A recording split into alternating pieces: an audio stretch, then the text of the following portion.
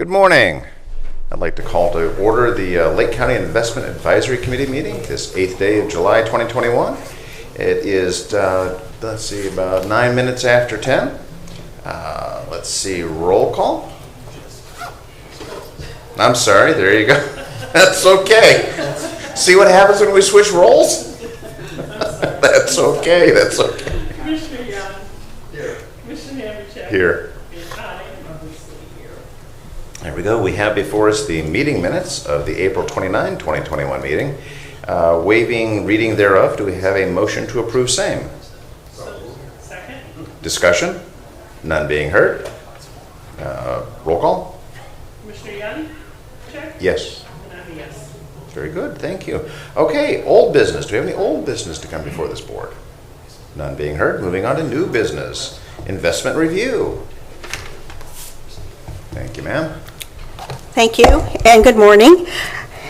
We were just discussing, it's hard to believe that 2021 is halfway over. Indeed. The year has been flying by. But any event, in some ways that's kind of a good thing because the economy is continuing to show signs of growth. And we have also seen some inflation pressures of late. So looking at page 2, one of the factors that has been contributing to inflation of late has been the supply chain disruptions. And that was kind of brought to the forefront when the container ship became stuck in the Suez Canal. As my understanding, I think about 6 days ago, it was just finally released from there totally. But any event, that certainly brought to light the fact that the U.S. economy and many economies are reliant upon the global supply of goods to make end products or to supply goods to consumers. And so certainly with that delay in items being that flow of trade, items being able to deliver to the U.S., created some scarcity of goods, which kind of Econ 101, if we have the same demand or increasing demand as we have experienced of late, as the economy is returning back to a new normal, it has served to drive up the prices of these goods. In addition, we've seen a shortage on the chips side, which is, of course, impacting the auto manufacturers as well as other goods which are electronics related. But from the auto side, the fallout from that, of course, has been not only has the price of new cars gone up, and we've heard anecdotally of folks having to pay, over the MSRP to purchase a vehicle, but it also has driven up the cost of used cars as well, as there's that demand to purchase automobiles and less supply as well. And it furthermore has resulted in the auto industries shutting production for some of their models because they do not have sufficient chips in order to get those cars or trucks out of production and onto the dealers' lots. So these factors that we're experiencing, which are due to these supply chain disruptions, we view will be transitory in nature. So meaning as the flow of goods returns back to normal, once the chip production returns back to normal and supplies the chips, then that will have a downward pressure on the prices that we have seen rising here of late. If we look at slide 3, we can see really how this has translated into increased inflation.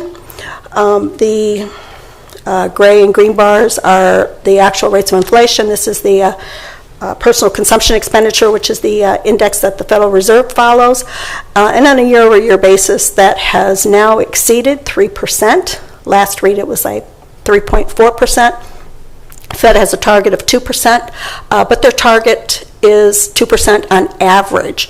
So when we look at what the inflation numbers were over the past year, and even over the past 2 years, they were below 2%. So clearly it will take some time for inflation above 2% on average, to taking into consideration the time period of lower inflation, to average out at that 2% level. So again, as we see in the media, some concern about inflation and inflation pressures. We think much of that will dissipate here with time or throughout the course of this year. When we think in terms of the Fed, the other mandate that they have is the full employment mandate. And on page 4, looking at the jobs, or people employed, I should say, in the United States, relative to our level of employment pre-pandemic, we can see that the employment picture has improved, and we've seen this in the unemployment rate dropping down to below 6%, but we still have a big gap between the number of people that are employed relative to where we were pre-pandemic. And that gap is upwards of about 7 million people. So when we think in terms of how long will it take for the U.S. economy to get back to that pre-pandemic level, if the U.S. economy were to create 1 million jobs a month, that would translate into about 7 months in order for employment to return to pre-pandemic levels.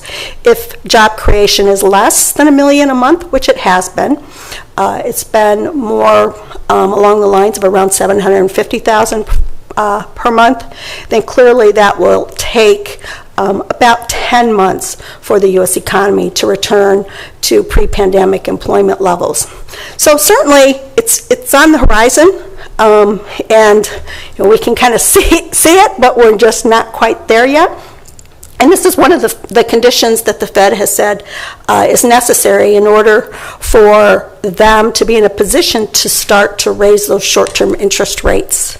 So again, if we recall back in March of 2020, they, in 2 unscheduled meetings, did drop those overnight interest rates down to the current level of 0 to 0.25%, and they have continued to maintain that it's necessary to maintain rates at those levels in order to support the economy as it recovers, and furthermore, that they do not feel that they will want to start to raise rates until their mandates have been met. So again, until we see inflation on average 2% or better, and we see employment returning to the full employment levels.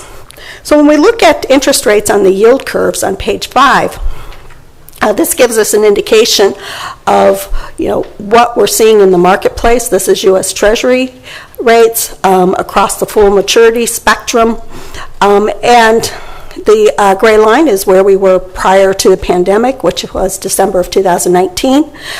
Orange line is December of 2020.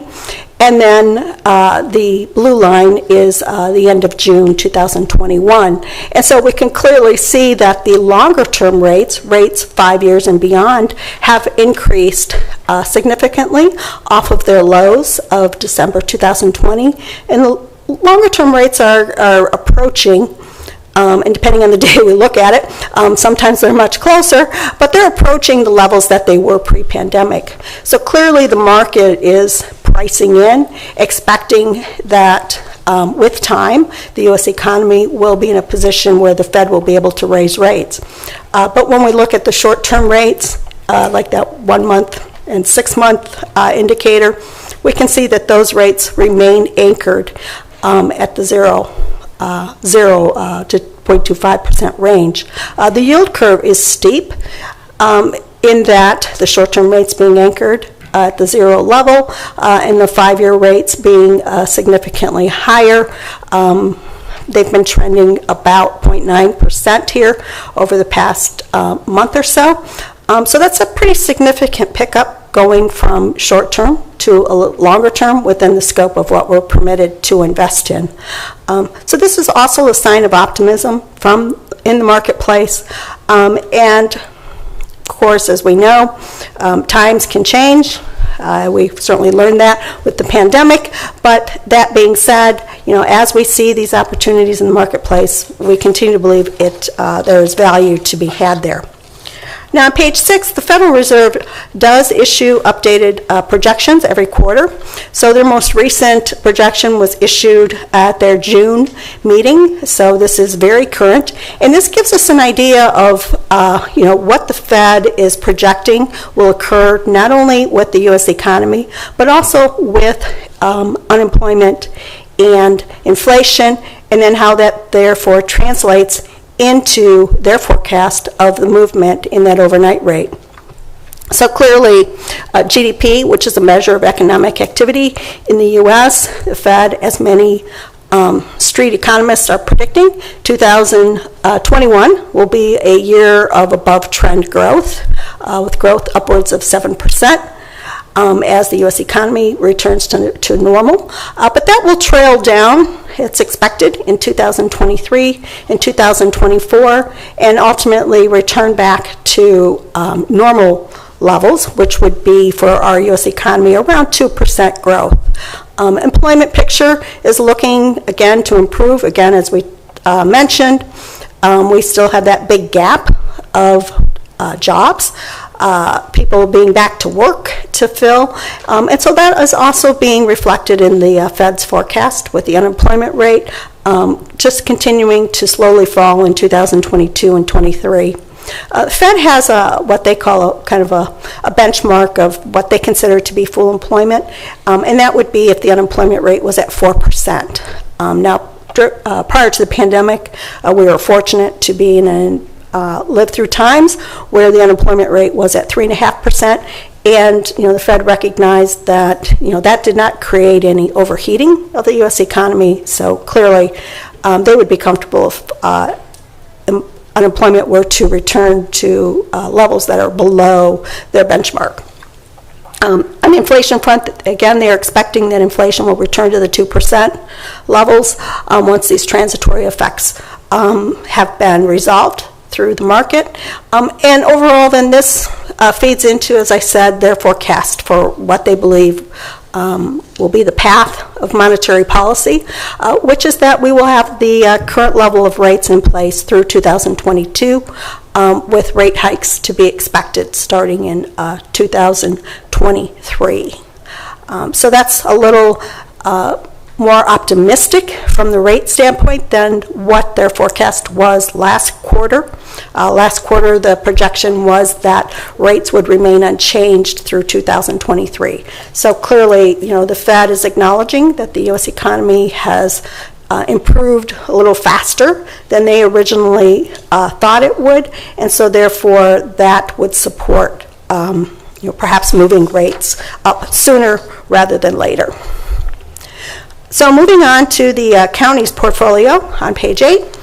At the end of June, the securities portion of the portfolio was $157.7 million.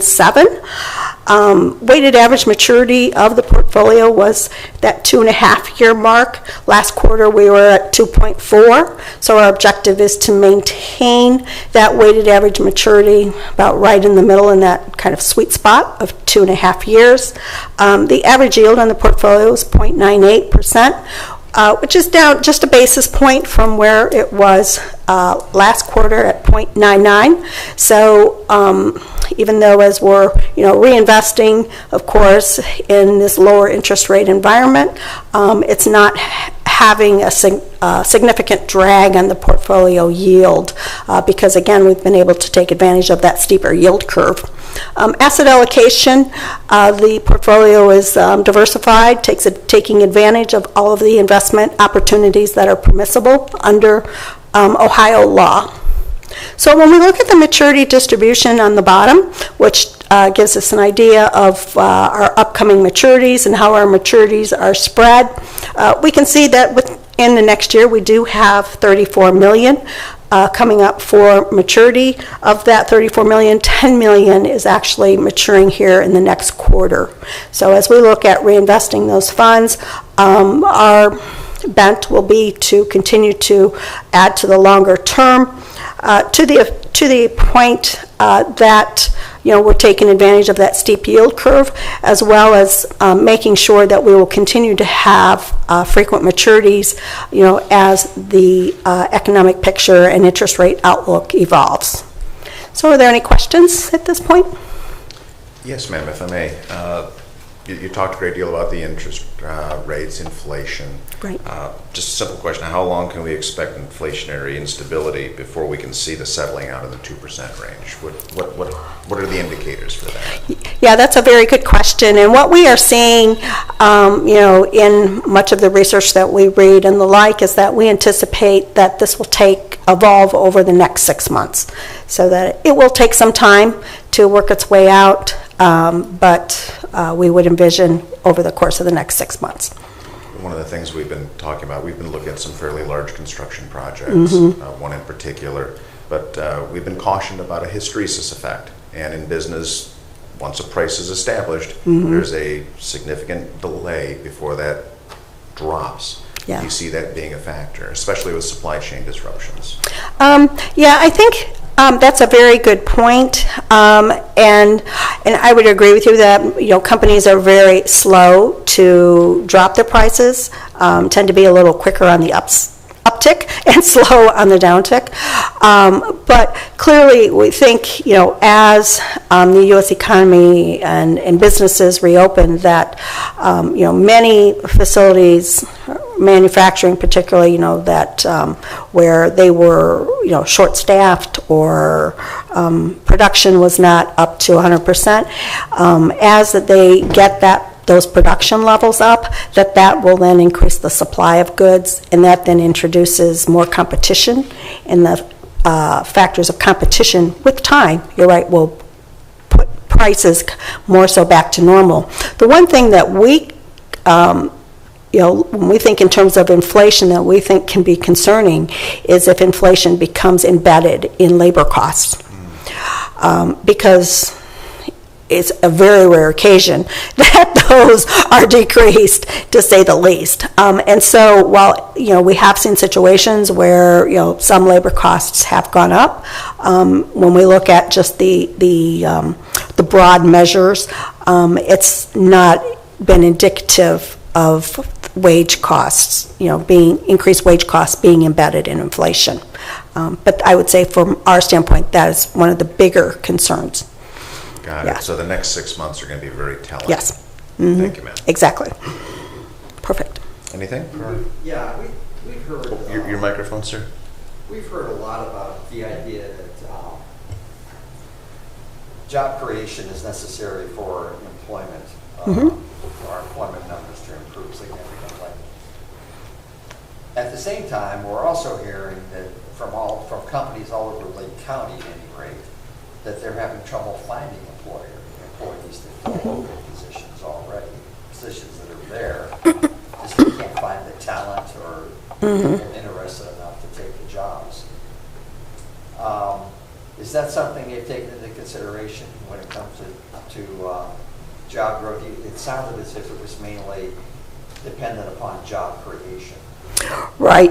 And when we talked about job creation, we're measuring people who are employed. So it may not necessarily be new jobs, but just people entering back into the labor force. Yeah. Currently the labor participation rate, which is a measure of the number of people who are employed relative to the number of people who could be employed, is currently around just under 62%, which is still much lower than what it was pre-pandemic, when it was much closer to 65%.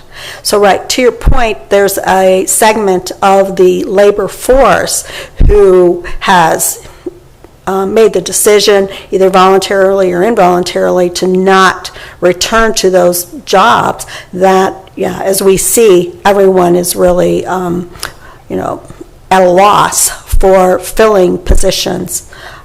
Because, there's help wanted signs all over. Okay, thank you. Yeah, you're welcome. Lorraine? Oh, very good. Thank you. Anything else you want to share? I think that's it. I appreciate it. It's always a pleasure. I enjoy Excellent it. as always. Thank you. Thank you.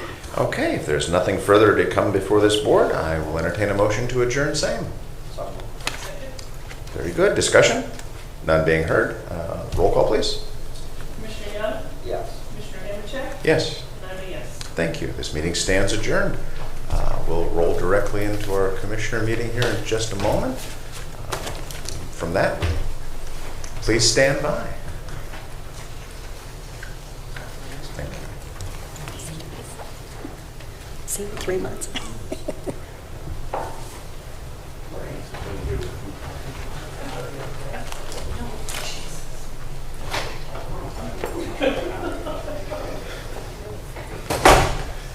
Okay, kids, what are you doing back there now? I got a bad neck. I can't turn my head here. I was going to say. Oh.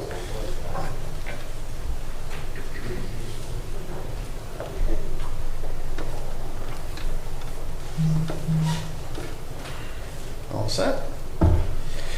Okay, we'll head into our Commissioner meeting here. Thank you for joining us today for the 27th meeting of the Lake County Board of Commissioners this July 8th, 2021.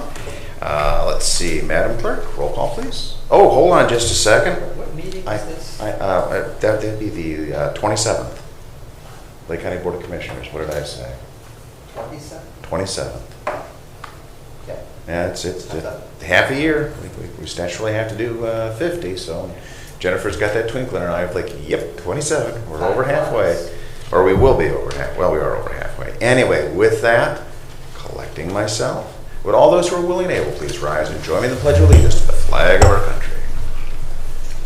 I pledge allegiance to the flag of the United States of America and to the republic for which it stands, one nation under God, indivisible, with liberty and justice for all. Grant us, O Lord, light to our understanding, prudence in our investigating, foresight in our planning, sincerity in our deliberating, the grace to follow truth in our judgment. Help us to be moved in our decision, neither by fear nor by self-interest, and to do our work faithfully. May we respect the authority vested in us, for thou art the source of all authority. And may we use in our directives for the common good and for thy honor and glory. Amen. Amen. Thank you all. Madam Clerk, roll call please. Commissioner Young. Here. Commissioner Plechnik. Present. Commissioner Hammercheck. Here. We have before us the meeting minutes of the regular meetings of May 27, June 3, and June 10 of 2020. Do we have a motion to approve same, waiving reading thereof? Second. Discussion? None being heard. Madam Clerk, roll call please. Commissioner Young. Yes. Commissioner Plechnik. Yes. Commissioner Hammercheck. Yes. Okay, this brings us to our first public comment portion of our meeting. Do we have anyone in the audience wishing to address the board? Sir, Mr. Lima. Good morning, sir. Good morning, Commissioners. Dave Lima, 7774 Litchfield Drive, Mentor. I was going to make some comments concerning the recent Corrections Board meeting as reported in the News Herald by my friend Chad Felton.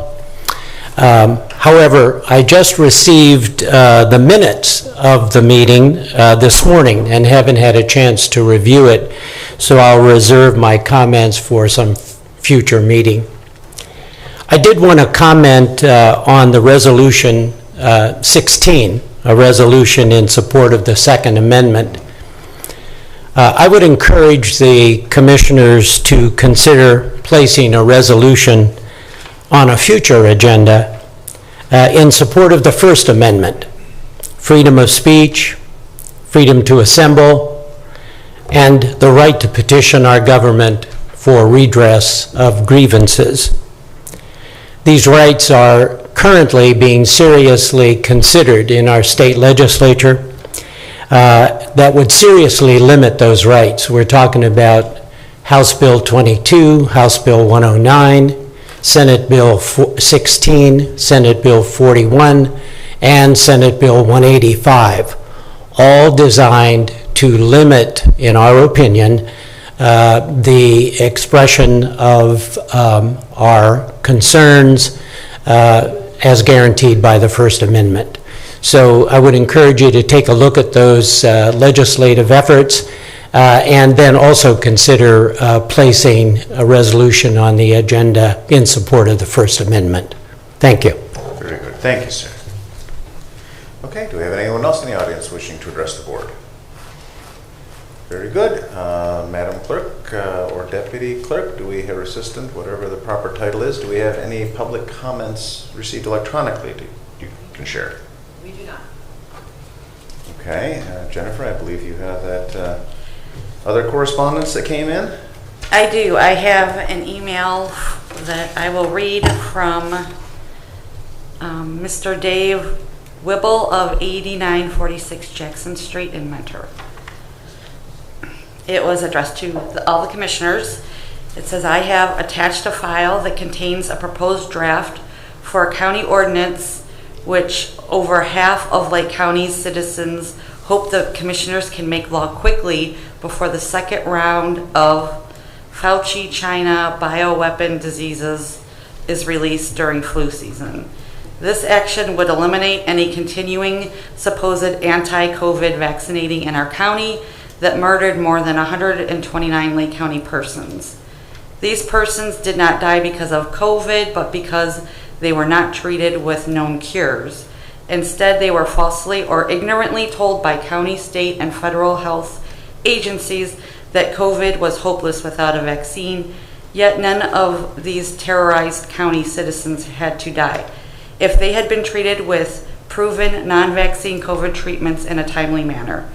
Constitutionally, I would propose that vaccines should be voluntary, but that aspect has been ruined by the left, fake media, paid-off health officials, and rhinos. Voluntary, yes, but only after reviewing real science from real doctors who have actually treated real patients and cured millions with ordinary existing medicines, not fake studies from lying government institutions that falsely say the vaccines are safe and fully FDS approved, which they can never be because by definition there cannot be a vaccine for a condition for which there is an existing non-vaccine cure. I watched the video of your last commissioners meeting and was deeply saddened that you are so unwittingly sentencing children and families to death and permanent injury and then congratulating one another that you are a high performer at it. Show me the proof that the vaccines actually cure COVID. You cannot, because I personally know dozens of people who have gotten COVID after taking the jab. I can also provide you with overwhelming proof of what I am saying in just a brief meeting. Evidence that other states have adopted on the in-session testimony by world-renowned doctors. Do not congratulate yourselves. You didn't cure anybody, but your ignorance may have killed nearly half of your Lake County constituents. Praying for you all daily. I think we can forego the reading of the sample language that was sent to us. I would like to, I'm going to give that gentleman a call. Just talk to him about the data. It's interesting. His perspective is different. I'd like to explore that with him.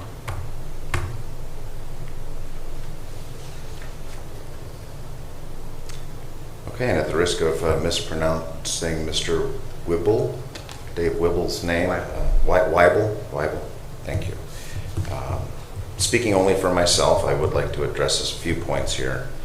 The reference to a county ordinance. Lake County by statute cannot create law. We cannot do ordinances. The reference to over half of Lake County citizens hope commissioners can make law quickly. We cannot make law. Only the legislature of the state of Ohio can do that. The attorney referenced, I again hope I don't mispronounce the name, Mr. Michael Perautka. I can find no indication that he's admitted to practice law in the state of Ohio. That might be why he has a county ordinance that might be applicable where he is admitted to practice law, but I cannot speak to that.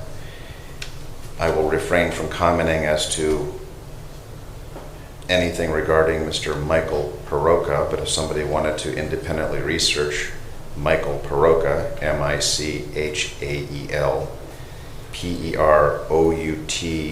Peroutka, I think you can come to your own conclusions. The reference to our county has murdered 129 persons. Dr. Komar, our coroner, has been an incredibly vigilant individual through this entire pandemic. He has closely worked with our Lake County General Health District, and he has attended meetings where he has been instrumental in helping form the local control and exercising local control fully under the authority vested in the General Health District. So I would have to say that if there were 129 murdered individuals, Dr. Komar would be on this. So I believe your assertion is not supported by the facts. Your reference to these individuals were falsely or ignorantly told by county, state, and federal health agencies. I can speak specifically about the Lake County General Health District. Again, Dr. Komar has been working with us and being a sounding board, particularly for this Board of Commissioners. I know of a couple specific instances where he was directly involved in meetings that were very candid, and I can again speak to county. I know of no such false or ignorant information being given to our healthcare providers. State, I'm more familiar with. Federal, I can't speak to that at all. Your reference that vaccinations should be voluntary, they are. I'm not trying to make light of this, but our health district and our healthcare providers and pharmacies are not prowling the county like the Serengeti trying to dart people. This is a voluntary process. Only people who choose to be vaccinated have been vaccinated, and any assertion that there's somehow some governmental force is not substantiated by the facts. Your reference to vaccines that are safe and fully FDS approved, I have no idea who the FDS is, so I'll just hope that's just a typo. Your reference to unwittingly sentencing children and families to death and permanent injury. In order for that, and I'm going into this detail because I believe this individual represents a segment of our society that is expressing concern, and I appreciate the candor. But in order for the statement, unwittingly sentencing children and families to death and permanent injury, would have to imply that there is a worldwide conspiracy that both Donald Trump and Joe Biden are working hand in hand, arm in arm, in a global conspiracy. Unless you can show me where Donald Trump and Joe Biden agree on much of anything, I don't see them agreeing on a global conspiracy. Your reference to vaccines actually curing COVID, the vaccines do not cure COVID, they prevent COVID. That is what a vaccination is for. It is to prevent what it is designed for. And yes, it is conceivable to be vaccinated, and before your immune system kicks in, you can contract the disease. You can also have the disease and be asymptomatic and receive the vaccination and have the disease manifest itself. Again, I'm speaking only for myself. I will allow my colleagues to comment if they so choose. Your discussion about wanting to have a meeting with us, I think Commissioner Young has graciously offered to reach out. I think that's appropriate. And again, if anybody wants to do some independent research on Attorney Michael Perouka, Peroutka, I will let you draw your own conclusions as to that individual. Beyond that, do we have any submissions of other electronic? Indicating none. Thank you, ma'am. Okay, so this will conclude, unless you gentlemen will have anything you'd like to Mr. add. President, Yes, sir. I would just add, I certainly concur that the commissioners don't have the authority to make law, and this has certainly been something I've run into several times. People think of us as a city council or a village council that do have home rule and the authority to pass ordinances. which might even supersede state law on matters of local control, but we don't have such authority. So I think that's a fundamental misunderstanding. We can't pass laws, we can only implement the laws in the Ohio Revised Code as assigned to us, which gives us a significant and important responsibility. But if someone wants to make a broad, overreaching policy decision, they really need to reach out to the state legislature for those determinations. So I want to concur with our president there. Mr. Weibel says, constitutionally, I would propose that vaccines should be voluntary. I feel very strongly that everyone has a right to choose to refuse medical care, but also to take it. President Donald Trump fought hard in 2018 for the right to try law to guarantee Americans more freedom in accepting experimental treatment rather than having to go to a third world country, break the law, and accept the treatment in suboptimal conditions. I think that President Trump pioneered really emphasizing our constitutional right to choose or refuse medical care. So some people in good faith think that the vaccine is not the right choice for them. Some people in good faith believe that it is. I think every American has the right to choose for themselves, and it would be wrong, even if the county commission had the authority, to forbid people from taking any medical treatment. But we don't have the authority in the first place. But in a hypothetical world where we did, I don't think it's right for government to tell us what we can and can't do. Right. Very good. I just want to say, I know Mr. Weibel. I wasn't aware that he was writing this letter or petitioning the board. I've always known him to be a reasonable and cogent individual. That's one of the reasons I want to talk to him. This data is deeply concerning to me, and I just want to explore that with him in some more detail and share some of the things that have already been mentioned about what our powers are, our responsibilities, etc. So, Very good. Yeah, please ask him, his reference to that our ignorance may have killed nearly half of our Lake County constituents. That's a pretty bold statement. So, yes, please, it is. if I you will could. convey those concerns to him. Oh, bless you. Thank you. Try to get to the bottom of exactly what it is he's petitioning for here. Thank you, sir. Okay, if there's nothing further, we will close the public comment portion and move on to our resolutions. Madam Clerk?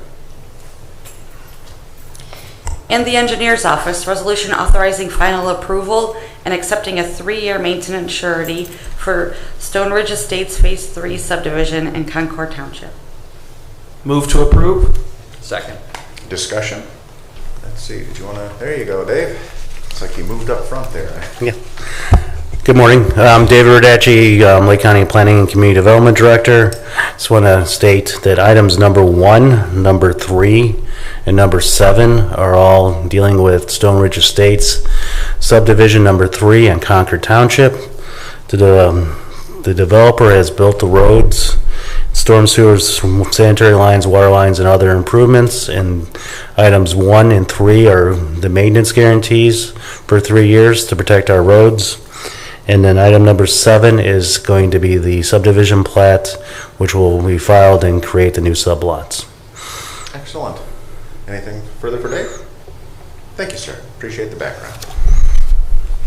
Okay, with that, Madam Clerk, roll call, please. Commissioner Young. Yes. Commissioner Plechnik. Yes. Commissioner Hammercheck. Yes. In the Utilities Department, resolution approving plan specifications and estimates of cost in the amount of $601,300 for Hazel Avenue Sanitary Sewer Rehabilitation Project number 402S and advertising for bids for the same, bid opening August 4th, 2021. Move to approve. Second. Discussion? Brandy, do you want to give us some background? That's a fairly significant project. Sure, this is mostly a lining project where we'll slip line the sanitary sewer to stop the leaks in the sewer. There are some point repairs also, part of our 2021 capital improvement plan. And that was to address inflow and infiltration? Correct. And that's, I hate to use this term in this way, but minimally invasive. The lining is not as disruptive as digging out trenches, laying the pipe. Correct, yeah, there'll be a couple places where the pipe is actually collapsed that we'll be digging it up, but generally, we're not going to have a trench along the entire street. It'll be just a couple of places where we'll be doing that. Excellent. Thank you, sir. Any further discussion? Commissioner Young? I always have questions for you, Sure. I'm sorry, but I learn a lot from you. How do you get the lining around the pipe without digging it up? Without having, go ahead. That's a great question. It actually, what it looks like is a sock that goes inside of the pipe. So the sock is filled with water, Oh, and then it's heat cured, and then then there'll be actually there's a resin in that sock that makes it essentially like a plastic pipe inside of the existing pipe. Then they come back and cut the laterals. Right. Yeah. Then they'll come back with a TV camera and a cutter and cut each lateral open. So it ends up being a brand new pipe essentially on the inside of the old pipe that is designed to last about 75 years. And the sock, how long is the sock expected to last? It's about 75 additional years from the day it's put in. Oh my! Yeah, so All it's essentially a brand new pipe inside of the old pipe. I see. Okay, very good. Thank you. You're welcome. Further discussion? Mr. President, Sir? that would obviously have a slightly smaller circumference. Does that ever cause an issue? Generally not. By putting the new pipe in there, it's actually smoother. So sometimes it actually increases the amount of flow that pipe can handle in the future. Very, very good. Can you put a sock over a sock? I mean, have you ever We had haven't that gotten to that situation? point yet, but the technology is only about 50 years old or so we haven't had any actually wear out yet, but I suppose you could if you needed to. Interesting. That's a great question. And as long as we're on this, the maintenance of it, the cutters are not used on it. It's the high pressure jets to clean if you needed to clean or scout if there was a blockage. You know, we hear all these grease blobs and what do they call those things? The grease burgers. What are those? The big blech that gets stuck in the pipes. That's a technical term. The blech. And don't ask me to spell that, Madam Clerk. If fats, oils, and greases are typically what ends up clogging pipe, with roots intrusion into the pipe, this will help eliminate that. Very good. Thank you. Okay, if there's nothing further, Madam Clerk, roll call, please. Commissioner Young, Yes. Commissioner Plechnik, Yes. Commissioner Hammercheck. Yes. Resolution accepting a combined maintenance surety in the amount of $34,266.71 for Stone Ridge Estates Phase 3 in Concord Township. Move to approve. Second. Discussion beyond our item number 1? Nothing? Thank you. Madam Clerk, roll call, please. Commissioner Young, Yes. Commissioner Plechnik. Yes. Commissioner Hammercheck. Yes.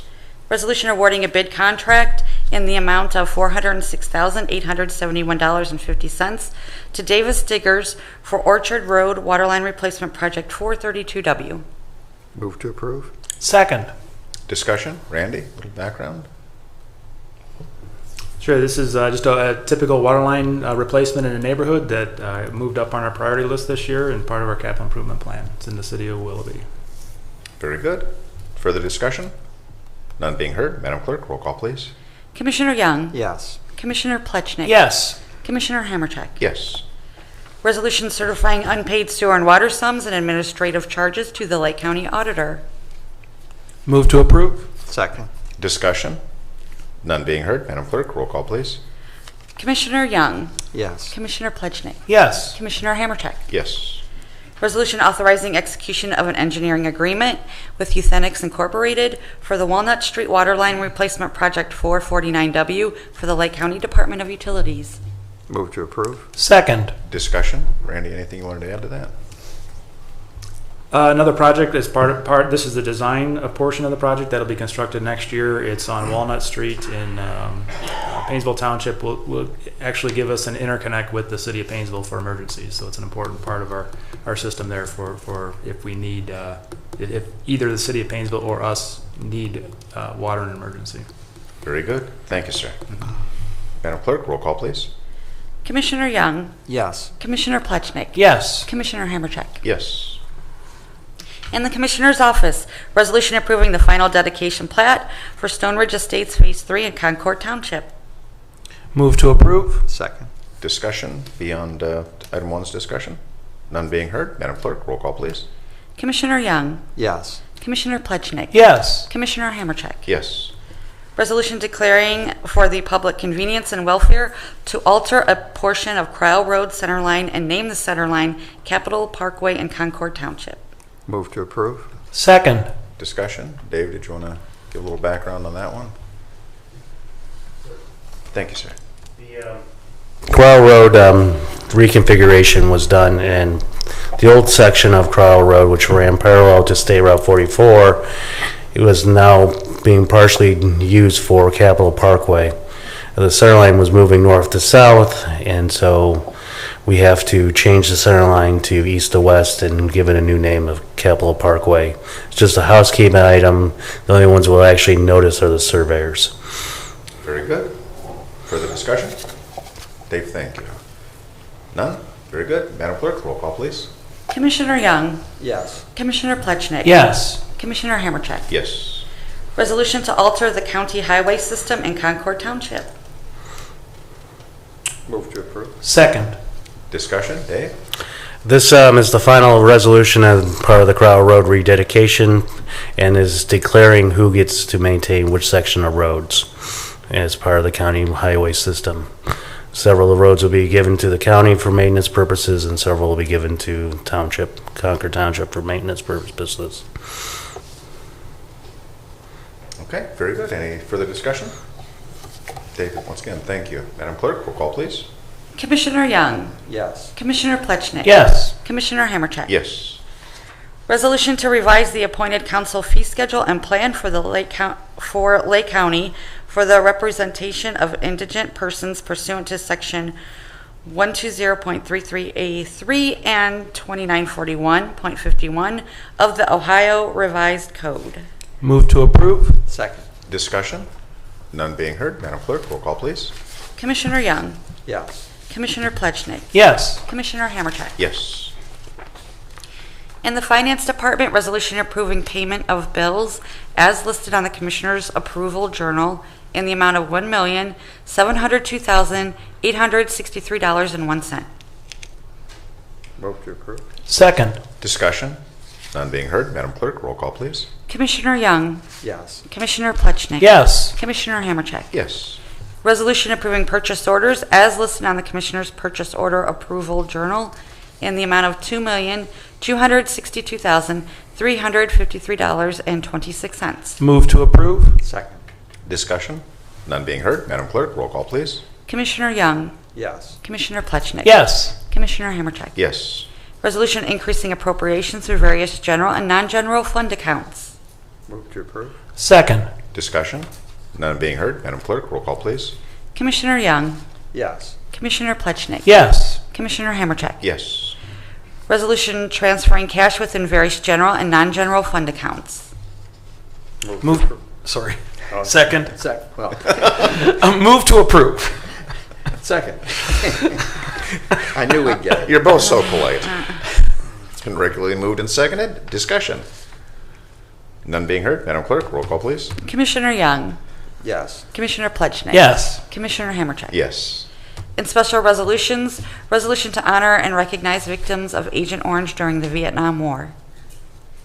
Move to approve. Second. And discussion. We have with us Arnie Stanko. I believe, sir, you are the state representative for this worthy and worthwhile program. Care to give us a bit of details? Yes. Thank you, First of sir. all, thank you very much for having me here and supporting this cause. A lot of us veterans from Vietnam are dying every day. Over 500 guys are dying.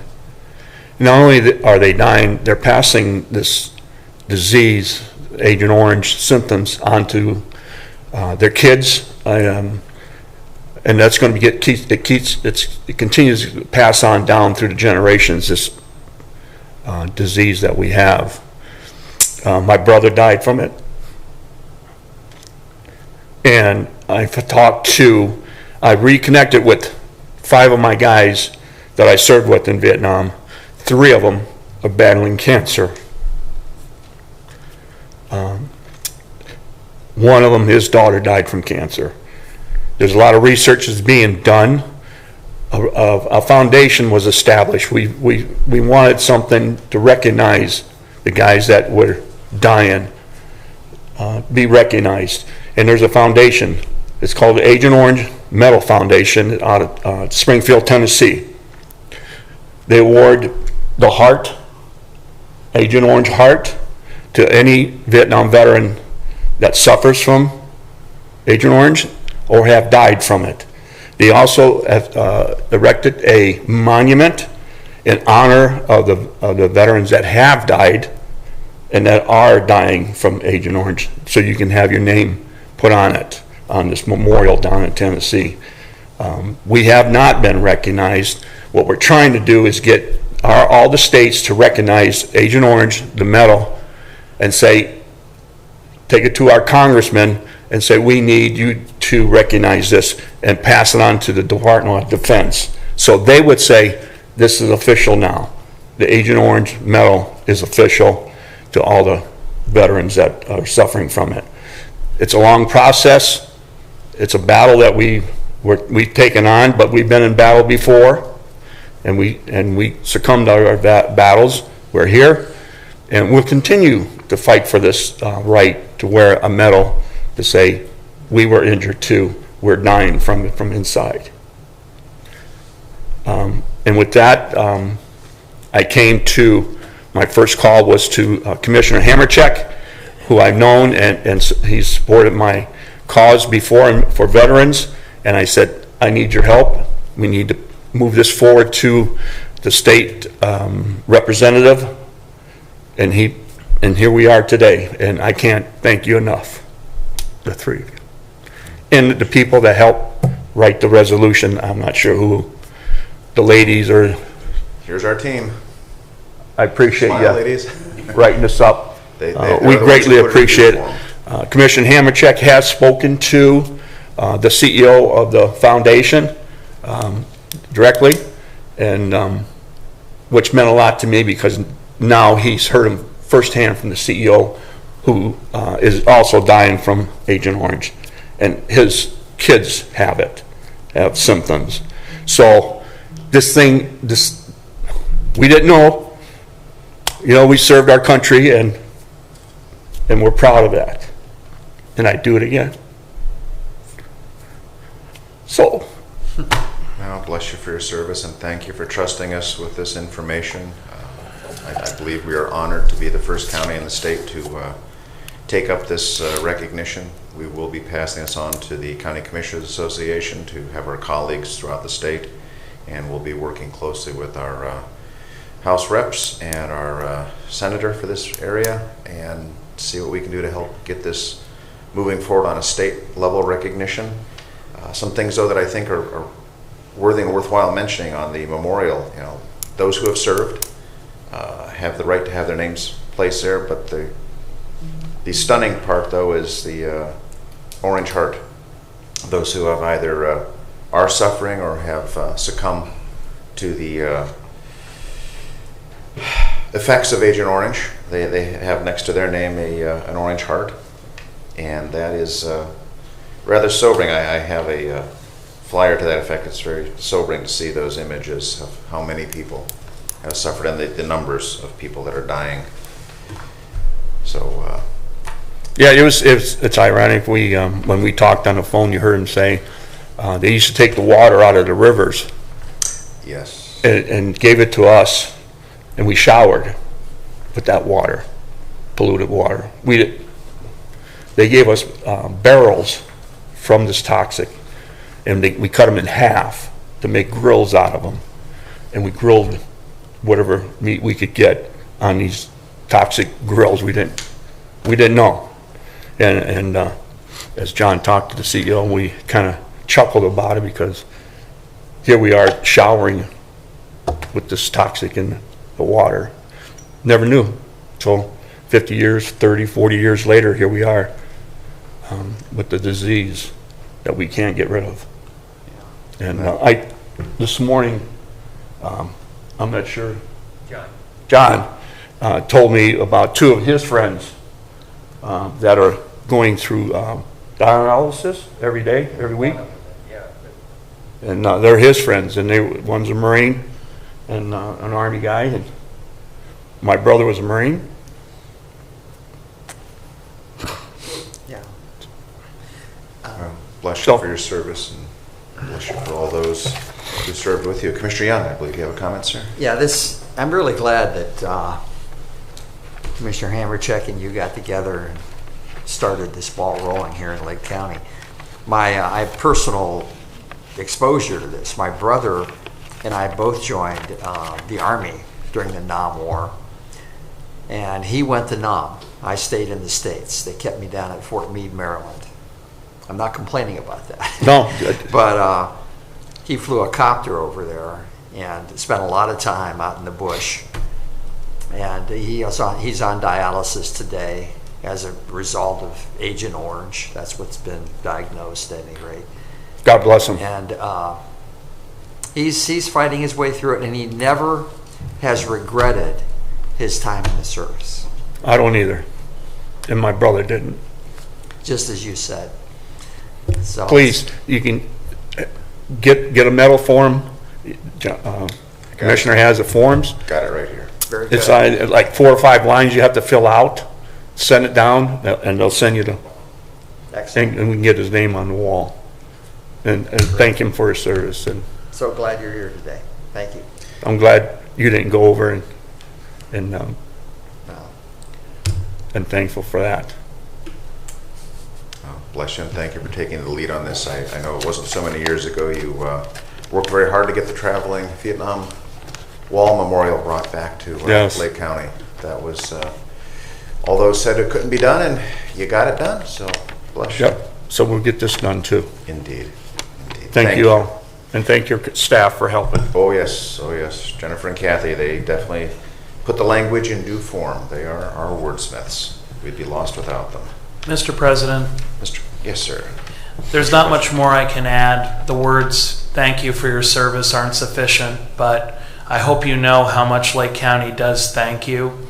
And I hope that our small statement does get the ball rolling so that Ohio and the Department of Defense hear you, because no one is more deserving of recognition for serving their country than people who've given so much. And so I hope that they hear our voice, and Lake County will always be with you. Thank you, sir. Thank you, Commissioner. Okay, if there's no further comments, Madam Clerk, roll call, please. Commissioner Young, Yes. Commissioner Plechnik, Yes. Commissioner Hammercheck. Yes, thank you.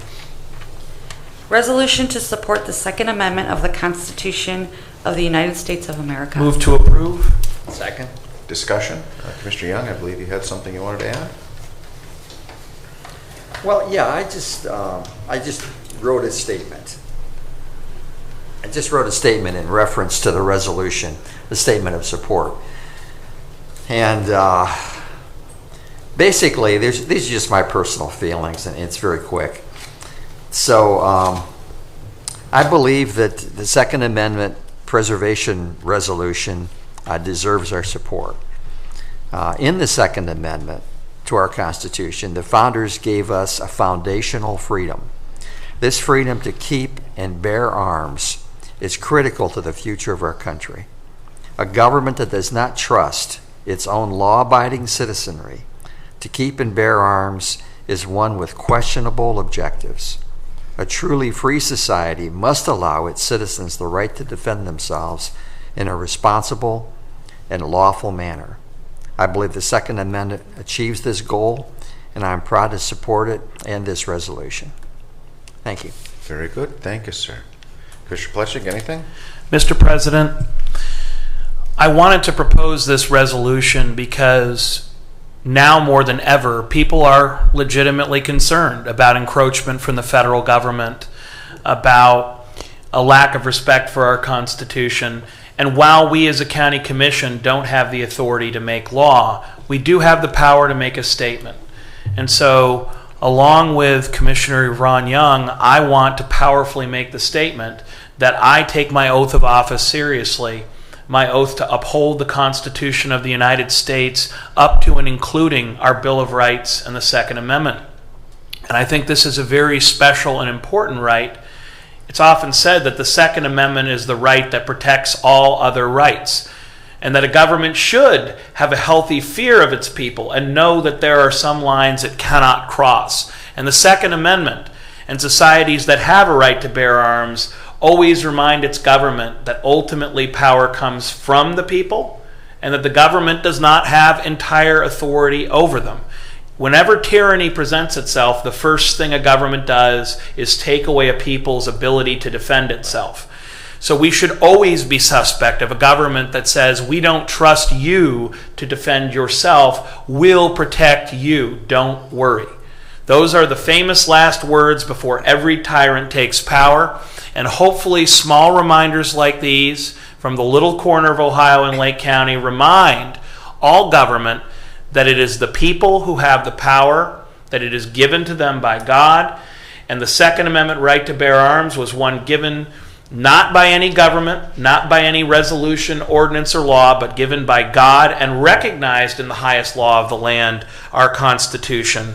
So I hope that any politician in D.C. who's daydreaming about taking our rights understands that Lake County says no. Very good. Thank you, gentlemen. There's no further discussion. Madam Clerk, roll call, please. Commissioner Young. Yes. Commissioner Plechnik. Yes. Commissioner Hammercheck. Yes. Thank you both. Okay, moving on to departmental reports. Utilities. No further report today, Commissioner. Thank you, sir. Job and Family Services. Suzanne? No report today, Commissioners. Thank you, ma'am. Let's see, County Administrator is on vacation, so very much earned. And let's see, Madam Clerk. Yes, I just wanted to mention that the next Commissioners meeting is going to be Thursday, July 15th at 10 a.m. Very good. Thank you, ma'am. Legal. No reports, Commissioner. Very good. Thank you, sir. Okay, do we have any old business to come before this board? Any old business? Seeing none. Moving on to new business. Madam Clerk, I believe we have a little paragraph here under new business. Do you want me to read it? You got it? Yes, I'll read it. It's just as part of the county receiving this grant, we have to read this into the record at a public meeting, so I will do that. Thank you, ma'am. Pursuant to the requirements of the grant, notice is hereby issued that the Lake County Sheriff's Office intends to apply for an Edward Byrne Memorial Justice Assistance Grant, JAG program, for fiscal year 2021, local solicitation in the amount of $25,598 to purchase a 2021 police vehicle, which will be a patrol vehicle. The vehicle will be fully marked and equipped for emergency service and will replace an older vehicle that is currently in use. Thank you. Very good. Thank you. Sheriff Lambrou, did you want to add anything, sir, or are you satisfied with that statement? Very good. Thank you, sir. Okay, do we have any other new business to come before this board? Indicating none. Thank you. All right, this brings us to our second public comment portion. Is there anyone in the audience wishing to address this board at this time? Sir.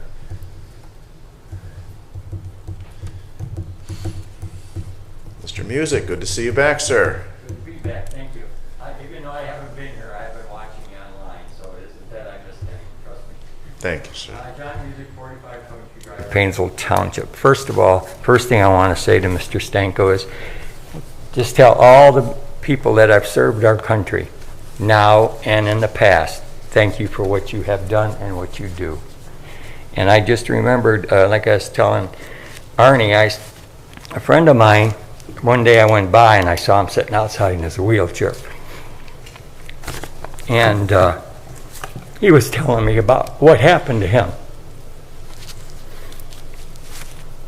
And he was saying if he don't get dialysis every other day, 5 days he's dead. And so today when I come in, Arnie's here and it really hit home. And just remember, our government said it was okay. Agent Orange is okay. Remember that. So is asbestos and lead. It's okay. Well, it was okay maybe for a week. He was telling me how he got it. He was out filling sandbags. Next thing you know, his whole chest just broke out. And I won't go into that, but we had long, almost a 2-hour talk. So anyhow, thank you for your service, and thank you to all of them. Our veterans who have served us and the ones that do today. Thank you. I want to talk about a couple things here.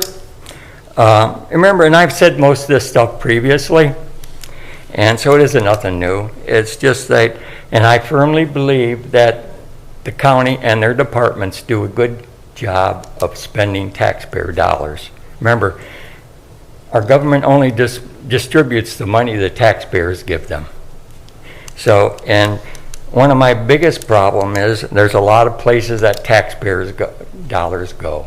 And I just think, may it be nonprofits or any other type of organizations or everything, I always think, I don't care where the money goes, it should have transparency, oversight, and accountability. Just like I look at Ohio's checkbook all the time. You know, I do look and see how dollars are spent and so forth and so forth. And the thing about it is, there should always be oversight. I don't care who you are. There may be strings attached, you know, saying, hey, if you receive taxpayer dollars, you have to have some type of transparency, oversight, and accountability. The taxpayers just can't waste money. So I was talking about earlier to Jobs and Family Services, and it was mentioned, you know, we have heard about all the fraud that was in stimulus money and unemployment claims and all this stuff, you know, and that's taxpayer dollars. It is. And the thing about it is, it's like, oh, that's right, it's taxpayer dollars, you know. Hey, well, it does mean a lot. And the thing about it is, my thoughts are, you know, and I did talk to the Council on Aging, and just for instance, as you know, I've said this before in many, many meetings. So thing about it is, think about our seniors, okay? And the thing about it is, a lot of them have been on and are on fixed incomes. Like, I know people that have been retired 26 years and they have never got a raise. And some people that were fortunate to get a pension, they all have been frozen, and the companies that used to give them no longer give them. Like my company, it no longer gives pensions. Mine's been frozen for, you know, I've been retired 14 and I've never seen an increase. And, you know, like my sister used to tell me that, you know, if you were lucky enough to get a Social Security raise, it would be eaten up by your Medicare payment. So, and I foresee that now that I'm in that spot. So the thing about it, all I'm saying is think about how we spend the money. It's taxpayer dollars, and it is important. So there's, like I said, the seniors and many other people are on fixed income for various reasons. You know, just like most people. Like back in December of 2018, the General Assembly down in Ohio passed pay raises for everybody. You know, for a lot of people, not everybody, in the bill. You know, I think it was December 27th of 2018, if I remember correctly. Right around there, it was sort of like the lame duck in short period before some of the senators and representatives would not be back. And I, you know, when I worked, I got a raise every year. I did. And the thing about, I have nothing against the raises. You know, if you earn them, hey, and you, more power to you. But the thought about it is when you take that money, that's less money that can be spent on other things. And like a taxpayer, you know, they just only can afford so much, and that's all there is to it. I'm talking about the ones that are on fixed incomes for various reasons. They don't get a raise every year. They don't. And even, you know, and if you looked at, if I remember correctly, I looked at the number of pension plans that are in trouble in the United States, and I think it was over 5,000. Wasn't too many years ago I had looked, and it was about 300 and some. But now it's over 5,000. PBGC, Pension Benefit Guarantee Corporation, the government helps. But when that helps, you usually get a reduction in your pension dollar amount and so forth and so forth. And don't get me wrong, the people that do get pensions, they're lucky because a lot of people do not get them. But what I'm saying is, and most of the private sector companies no longer give pension plans, most of them. Most of the pension plans that are still out there are tax funded mostly. And as you know, OPERS was in trouble a few years ago. Everything was frozen. I know some people that work for the county and different municipalities and so about OPERS and stuff. And the thing about it is, it's just like, you know, you get so far underfunded, they sort of put a freeze on for X amount of time to catch up. So I'm just saying with that, I just want to mention, just remember the people, the seniors just like I told you, I'd called Council on Aging, and they had said in Lake County, and as we know, the 2020 census has not been certified yet and so forth. So 2019 numbers, they were, back then they were said there was 230,149 people here in Lake County, and 60 plus, there was 65,432, but anyhow, 28.4% of the population was 60 and over, and it's true, not all of them have retired, true. But, you know, they had said by 2030, it was supposed to go up almost 30, 29 point some percent, if I remember correctly. So I am just saying, almost over 1 out of 4 people could be on fixed incomes, you know, one way or another. So I'm just saying, think of that. But with this all being said, I just want to say a couple of my opinions. These are all my opinions, but my opinion on the jail. You know, I had an opportunity when this jail was built. I had a tour of it, okay? A few years back or whatever, when the crime lab put that additional levy on, I had a tour of the crime lab. And we had a meeting, a few of us people had a meeting with the crime lab people and the people that worked in there. They showed us what they do and how they did it. Okay? And so I was, I mean, I'm conservative, I was honest. And the thing about it is, okay, but then I realized, I support law enforcement 100%, because a country without laws is no longer a country. And the thing about it is, there's certain things we've got to do, and law enforcement, fire departments and so forth, we've got to take care of them. Just like in the township, there's a 2018 handbook, I think it was written by Faber. He was auditor back then, I think, Keith Faber. But anyhow, it said in there about the responsibilities of a township, what they can do, and it lays them out and all this stuff, and I read through it. I'm going through it again now, just picking certain items. And one of in the township, basically it's fire, police, roads. When as far as the definition of a township, what they do and they don't do, there isn't a lot there. They only have some ditches, and stuff like that they have.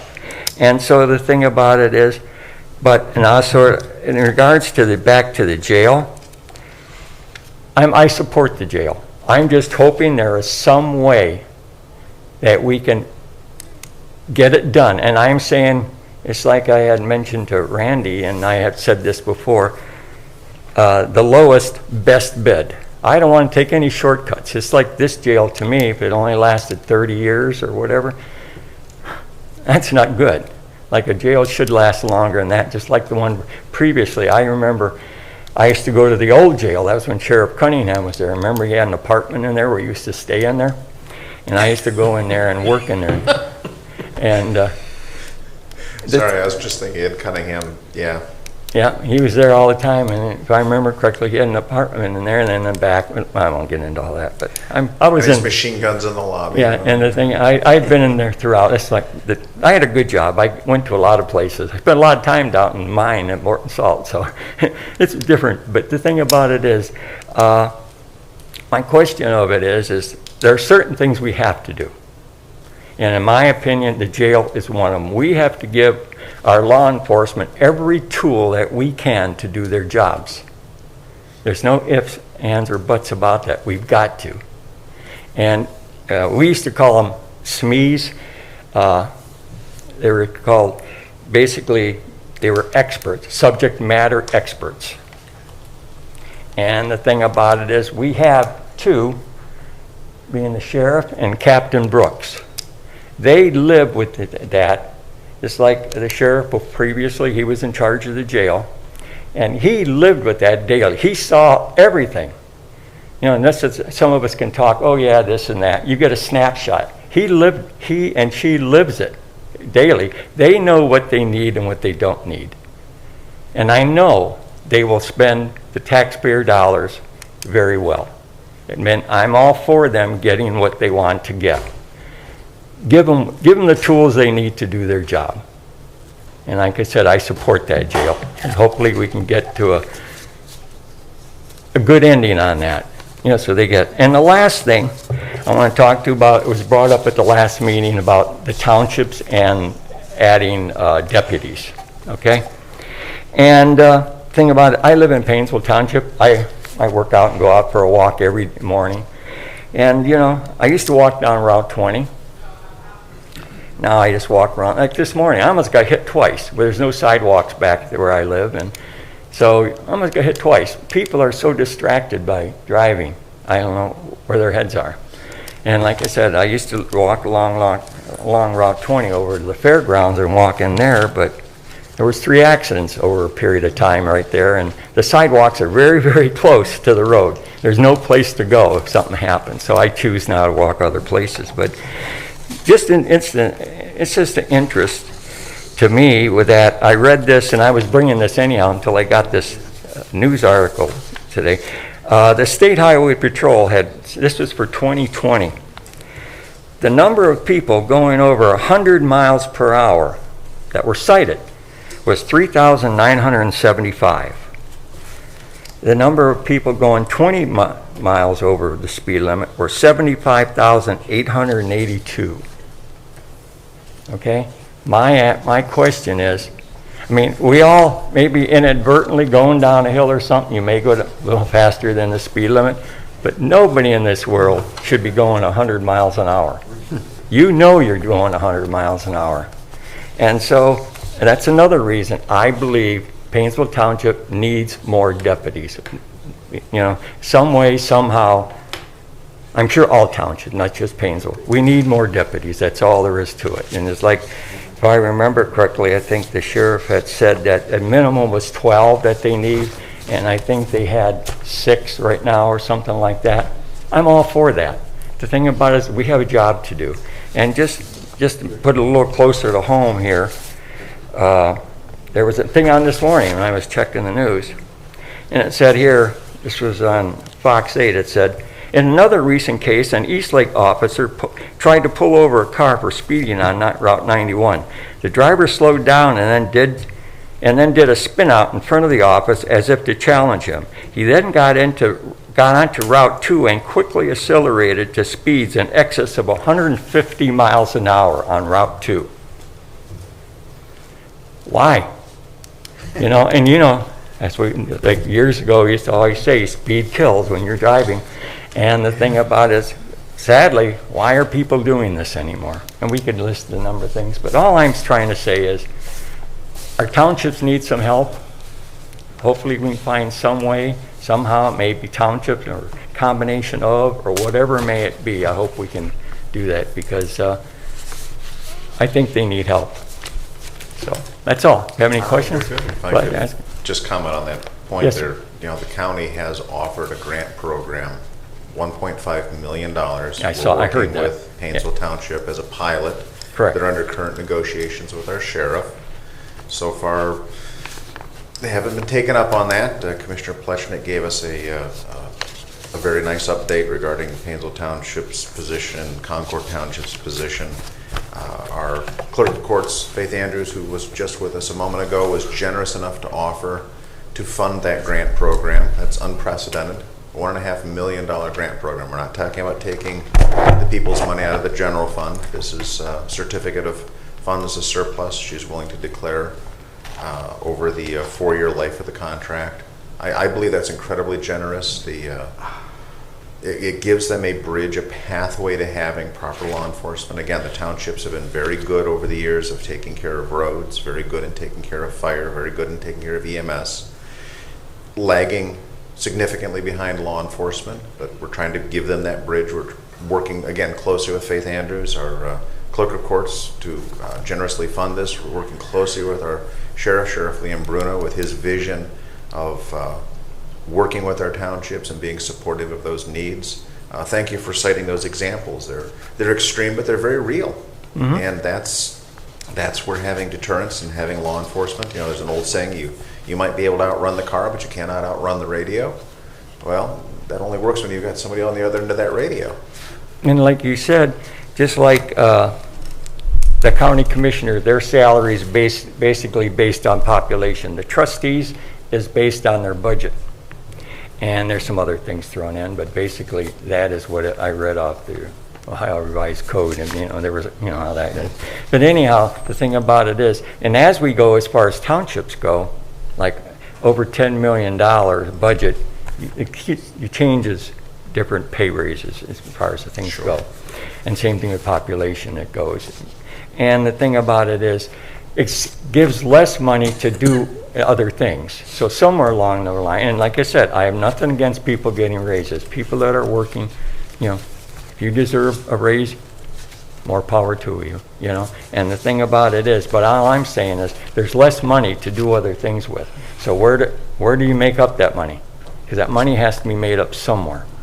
And like I said, and I'll tell you a million times, I support law enforcement 100%. And so we need, like I said, we need to give them the tools to do their jobs. So any help would be appreciated. Indeed. Yes, I have And to. If I may, though, I just want to, Go at ahead. one point, though, I want to thank you for your very candid and passionate support for our veterans. Your beginning statement, very touching and much appreciated. And Yeah. with that, Commissioner Young, you wanted something to Yeah, add? I just want to say that I really appreciate having you here today. Your absence was felt. In fact, we've talked about you periodically, wondering where you've been at, in a positive way. Not where has he been at, but where's John? Your comments were well spoken and right on target. And I'm not just welcoming you back because ideologically we agree on so many of issues, but you do a lot of research into these issues as well. You really understand some of the basic points, and even more than the basic points, you've read a lot of the original documents and some of these issues like Faber's article on townships, those sorts of things. You've taken the time to read it, and you're really an example of what I would call an informed citizen that's doing his part, her part, whatever, to make a difference where they can. So, very much appreciated. Thank you. That is why I go to D.C. Like I said, when I go to D.C., I spend 4 or 5 days there, and I don't go as a tourist. I have 5 or 6 meetings a day with Congress members each day. And then I'll go down to Columbus and give testimony on bills. I've done that numerous times. Of course, your meetings and the trustee meetings. And I go to a lot of board meetings. I went to the board meeting for the Council on Aging, and I could name a bunch of them. But the thing about it is, the more informed you are, the better decisions you can make and opinions you can have. So I think, and again, I want to thank all our veterans and our law enforcement, because without either, we would not have a country. And I Very thank good. you. Thank you. Thanks, John. Thank you, Commissioner. Commissioner Pleshnik? Mr. President, first and foremost, I do want to welcome John Music back. It is good to see you. This is my first commissioner meeting with you here in person, although I know from our discussions you've been watching the meetings religiously. And I hope that not just residents, but elected officials do as much homework as you do before they take their positions and votes. With respect to the townships and Painesville Township in particular, I absolutely agree with you and our sheriff that there has to be more deputy coverage. The difficulty, as with so many issues, is how do we pay for it? And I know that the townships are struggling to find those resources. As a city council person, I faced that same decision for Willoughby Hills, and I voted for the first increase in staffing in our police and fire departments in 28 years, which was not an easy thing to do, to find the money in the budget. We were able to do it by cutting other costs, but that was controversial in and of itself. No one likes their budget cut, and we had administrative staff and secretaries saying that they were more important than police officers, and there were some rambunctious meetings and lawsuits. But ultimately, when you take on those roles, whether it's councilman, trustee, you have to step up and make those tough decisions. Where I really am grateful is that our county clerk of courts, Faith Andrews, is, as President Hamercheck said, really funding a grant program that gives the townships a 4-year period to find a way to answer those questions. Ultimately, Willoughby Hills has to pay for the Willoughby Hills Police, and Painesville Township has to pay for the Painesville Township deputies. That's only right and fair. As I said somewhat jokingly to the trustees, if you want to go to the mayor of Wade Hill and ask him to pay for your deputies, go ahead. You know, the mayor of Willoughby Hills. We can't reasonably ask a city or a village to pay for a township's police coverage, but we can work hard to help build a bridge to the future. And I think this grant program achieves that in a remarkable way that's only possible because of the hard work of our clerk of courts, our chief of staff, Colin Connors, everyone in the title bureaus who are creating a surplus that provides that money. But the townships have the same difficult issue that I faced in Willoughby Hills. How do you pay for it in the long term? And I know we're all ready to sit down and work with them, but ultimately the money does have to come from that community. Able to go over to Willoughby and say, pay for deputies in Concord or pay for deputies in Perry. You ultimately have to pay your own bills and your own expenses. But because of the clerk of court's extraordinary work, I think we do have a bridge program to the future. And I think we really need to work hard to go back to those townships and say, you need to listen to the sheriff. When he says 12 deputies are the minimum, you need to find a way to hire them tomorrow. You don't wait for 3, 4, 5, 6 years and hope for the best. You know, we see rising crime in the townships. That's not a good thing. You've talked about speeding to the level that it's unsafe on Route 2 and major roads. That's not acceptable. So when our sheriff says I need a new jail, when our sheriff says I need more deputies, I hear him loud and clear, but one commissioner doesn't make those decisions by himself. I really hope that all of our local elected officials join you and I in supporting our sheriff and hearing the SME, the subject matter expert. If 12 deputies are the bare minimum, they need to be hired tomorrow, not in 3 or 4 years after a debate happens. And what we don't want is to just keep pointing a finger to another level and say, well, I don't want to make the tough choice like Councilman Plechnik did. Let's ask the county or the state or the federal government or the moon for more money. Even though we know that that's not going to happen, we really need to step up and make those difficult choices. But extraordinarily, the clerk of courts has really stepped up to say we can make that move tomorrow, giving 4 years for the townships to find a way to pay for it in the longer term. So I want to give a special thanks to our clerk of courts, Faith Andrews, because that was an extraordinary move on her part.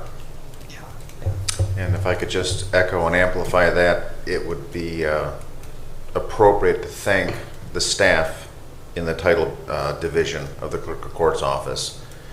That is an example, going to your example of spending money wisely. They are processing several hundred titles a day without adding any staff. There are some days I've heard reports of 500 to 700 titles being processed a day, again, all without adding staff. If it was not for the dedication, hard work of that crew, Faith Andrews would not be able to make those dollars available to the general fund. We would not be able to work with our sheriff. We would not be able to be creative in coming up with a grant program internally to do that. So to your point, the crew, they'll make you or break you, and they are an amazing group of people, and they don't get recognized enough, and I think this is a great opportunity to recognize that effort. So with that, I believe Chisenko. Yes, sir. Real quick. As I was sitting here, I looked up and saw, with God, all things are possible. You guys did the Pledge of Allegiance. That meant a lot to me. We said a prayer. That meant a lot to me. And when I was in boot camp, one of the things that were instilled in us was God, core, country.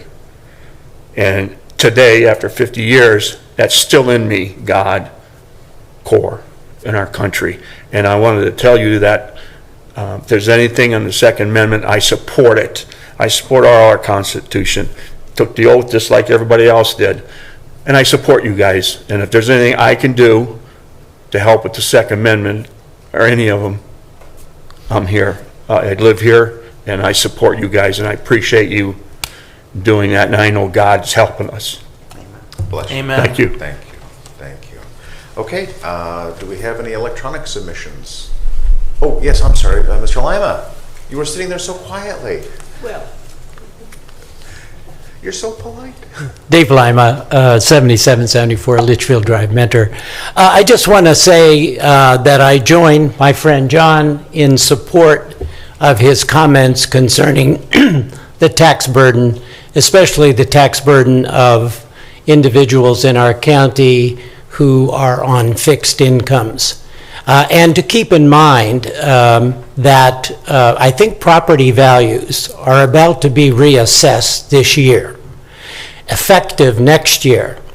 And there's been substantial increase in property values, and I suspect that it's going to be a significant amount of money that's going to be added to the tax burden of Lake County residents, and especially those, in Social Security, I think, what do we get, a 1.5 increase, inflation, maybe 2% if we're lucky, but property values are going to go up significantly more than that, and therefore the property tax burden of us on fixed incomes will occur. So I thank you for bringing that up, John. Thank you, sir. Much appreciated. Okay, I don't believe we have anyone else wishing to address the board. Okay, then we will close this second public comment portion. There's no request for an executive session. Therefore, I will entertain a motion to adjourn this meeting. So moved. Second. Discussion? None being heard. Madam Clerk, roll call, please. Commissioner Young, Yes. Commissioner Plechnik, Yes. Commissioner Hammercheck. Yes, thank you. This meeting stands adjourned. Thank you, brother. Okay.